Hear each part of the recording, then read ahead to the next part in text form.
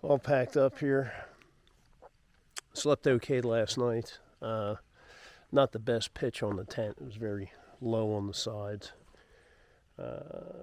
which makes me think I'm going to try next time I pitch on a platform like this, extending up the tent or the trekking pole, see if I can kind of raise it up some. Because when you strap it off to the sides and everything, it pulls the sides down pretty low. Good news is nothing got wet from the rain, so that worked.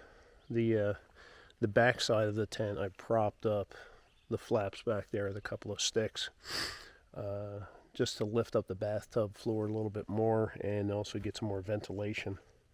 A little chilly this morning, and that's okay.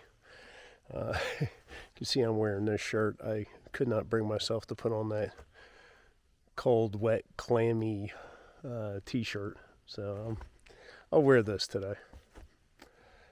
10 miles into town. I already have my reservations, had breakfast and everything, so got one big climb. It's Mount Everett or something like that, I don't know. One big climb today, and then the rest of the way in is supposed to be pretty enjoyable, pretty easy. But we take nothing for granted. Yeah, that's about it. Kind of looking forward to getting into town and getting stuff cleaned up. I'm going to do a lot of not only my laundry, but I need to clean my pack and stuff like that. So I'm thinking about popping the frame out of it and putting it in the washer. I think it'll work. Yeah, but yeah, I just need to get all the salt and funk and crap out of that. Same thing with my trekking poles. The handles and the straps and everything, they're just laden with salt and gunk and everything else. And hopefully, I didn't see anything on Gut Hook, but hopefully there's an outfitter in town where I can get a new filter.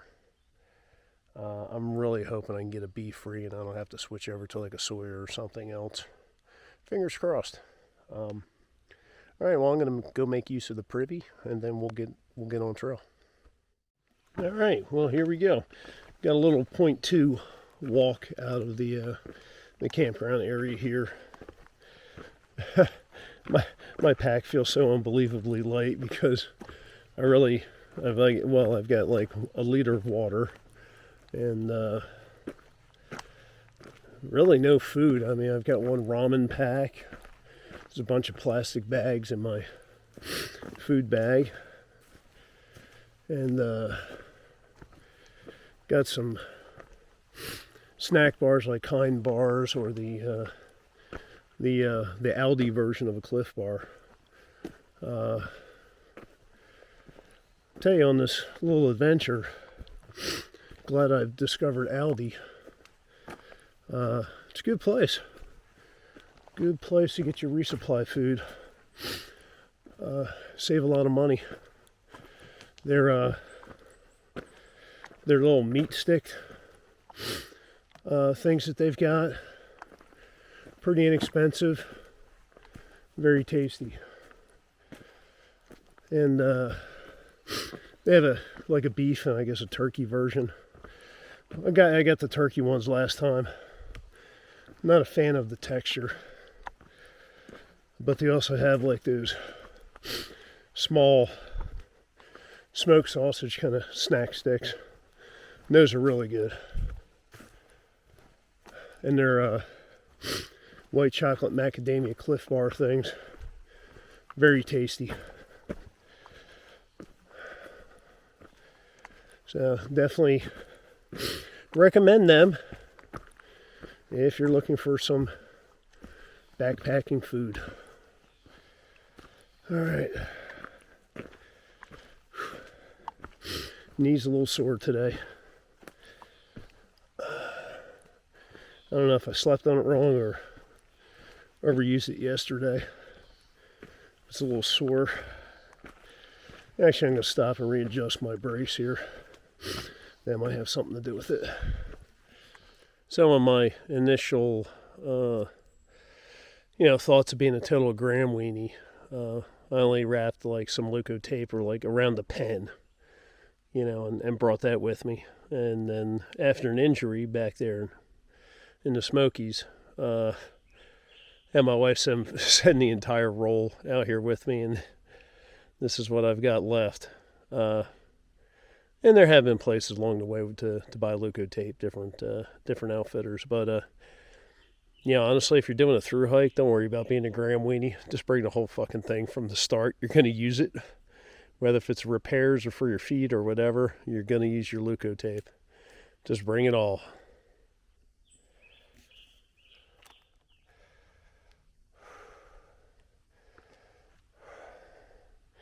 We get actual stairs.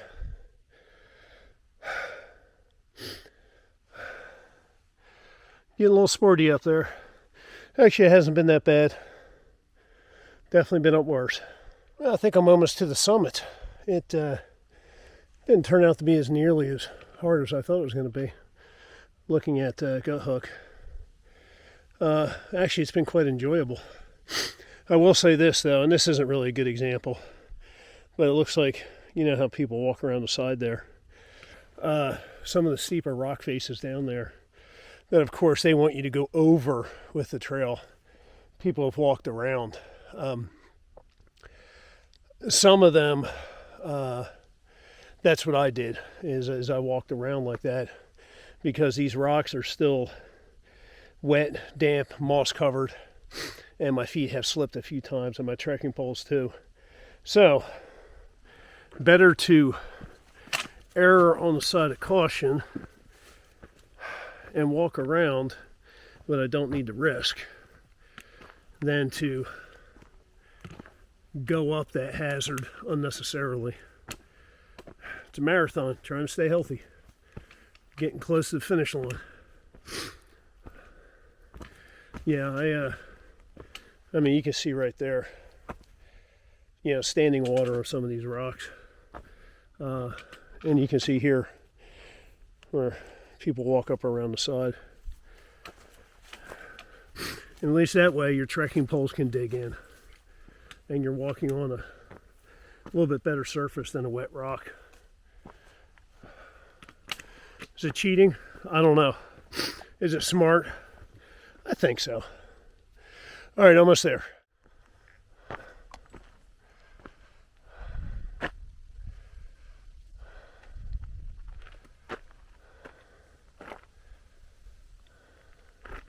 It looks like they had a tower or some sort up here, which is very common on a lot of these mountaintops that I've seen along the AT. Guess I'm going that way. But there we are, Mount Everett. Now I got a text yesterday from Monarch, just checking in with me. And he said that coming down from this can be a little sporty. So, sporty, my word, not his. So, we'll just take our time. No rush. We've got a couple more peaks to get over. Mount Undell and Mount Bushnell, I think, are the two. Don't really look too bad, but once we get over those two peaks, it looks like it gets pretty flat and pretty cruisy all the way into the highway that leads into town. All right, well, let's get moving. It's a beautiful day.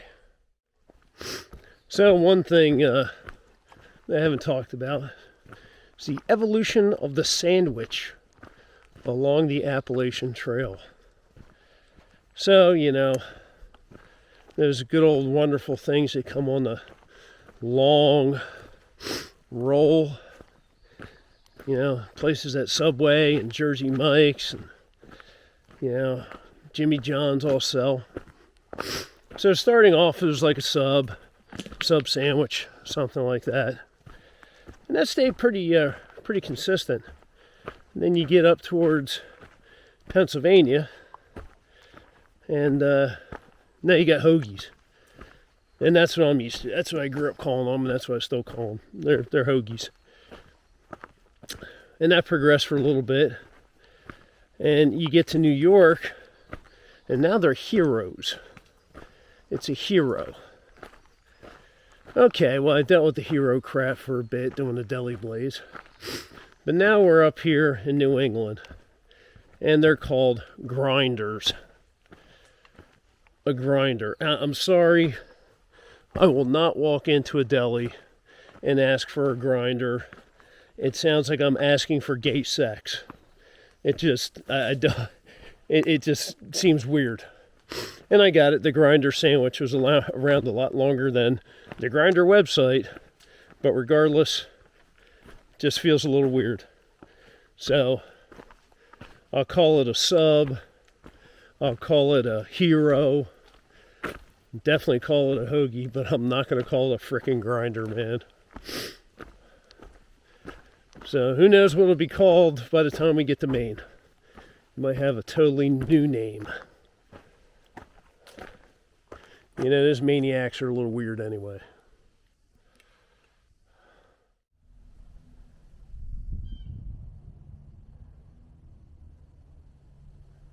Yeah, I thought the north end of Bushnell might get a little sporty because the contour lines are so close together. So, yeah, that was a pretty interesting way to come down there.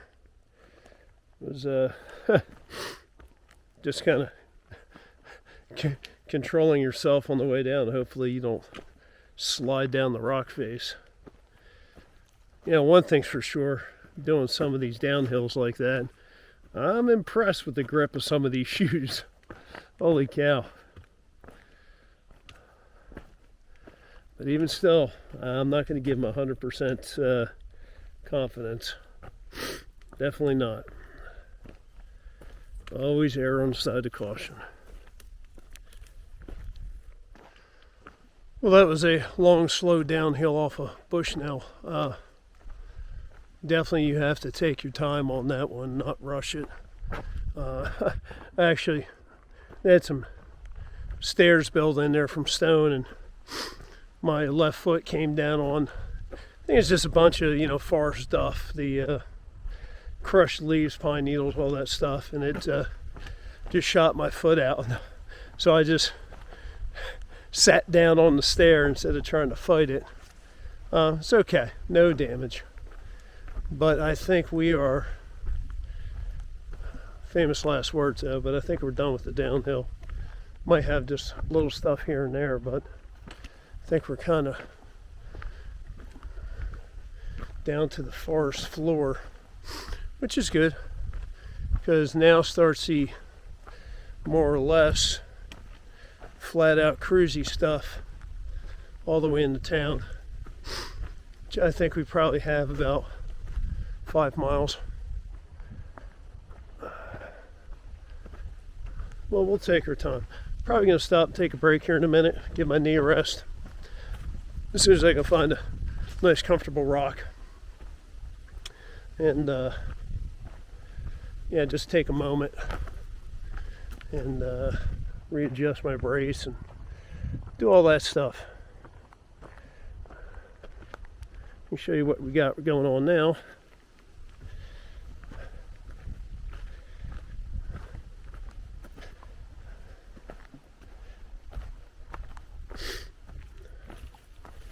Yeah, just little downhill stuff, nothing major. Today has been perfect as far as like the weather is.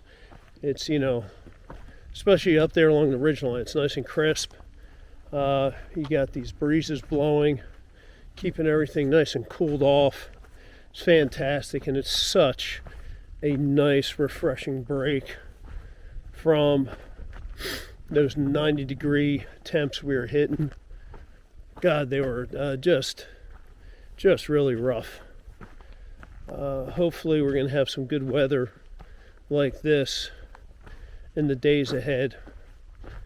I think back in Colorado it was in the 80s yesterday, which was a drop down from like 97. Maybe that weather's going to blow in this way and cool off the East Coast for a bit. Moving right along.